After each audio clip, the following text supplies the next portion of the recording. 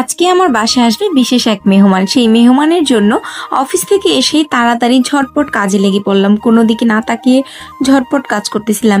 বিশেষ মেহমান কে আসবে অবশ্যই জানাবো। জানতে হলে অবশ্যই আমার ভিডিওটা শেষ পর্যন্ত দেখতে হবে। এই তো অফিস থেকে এসে আমি রান্নার জোগাড়যন্ত্র করে নিচ্ছি।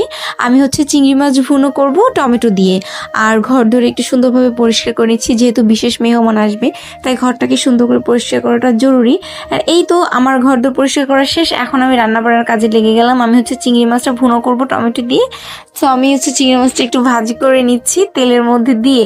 অ্যান্ড আমি একটু কালো জিরা দিলাম, কারণ কালো জিরা স্মেলটা আমার খুবই ভালো লাগে।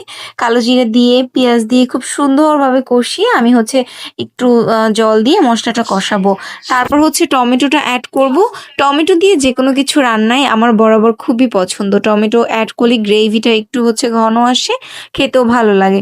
অ্যান্ড এই তো এরপর আমি বেশি করে একটু জল দিয়ে নিলাম। জল ফোটার পর চিংড়ি মাছগুলো দিয়ে আমি রান্না হতেছিল। আমি বিছানাটা খুব সুন্দরভাবে গুছিয়ে নিচ্ছিলাম।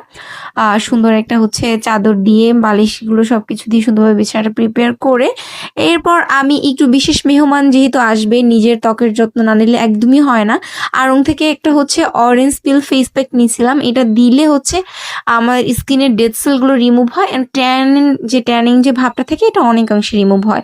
আর এই তো ধনিয়া পাতা দিয়ে আমার রান্নাটা কমপ্লিট। তারপর আমি সব কাজবাজ গুছিয়ে আমার স্নানটা কমপ্লিট করে একটু রেডি হয়ে নিলাম। বিশেষ মেহমান আসবে বলে কথা, কে আসবে অবশ্যই বলবো, ভিডিও শেষে থাকছে কে আসবে। এই তো আমি সুন্দর করে একটু একটা শাড়ি পরলাম, লাল টুকটুকে একটা শাড়ি, এবং রেডি হয়ে নিচ্ছি। অ্যান্ড আমি এই যে ক্যান্ডেল হোল্ডারটা, এটা আমি নিজের হাতে বানিয়েছি মাটির। অ্যান্ড এটার মধ্যে আমি সুন্দর একটা মোম জ্বালাই দিছি। অ্যান্ড মোমটা জ্বালাইয়ে লাইট নিভানোর পর ফাইনাল লুক। অ্যান্ড আমি তো খুশিতে নাচতেছি। Tata, bye bye. পরে ভিডিওতে থাকছে কে আসছে সেই বিশেষ মেহমান। দেখার জন্য চোখ রাখতে হবে পরের ভিডিওতে। Tata, bye bye.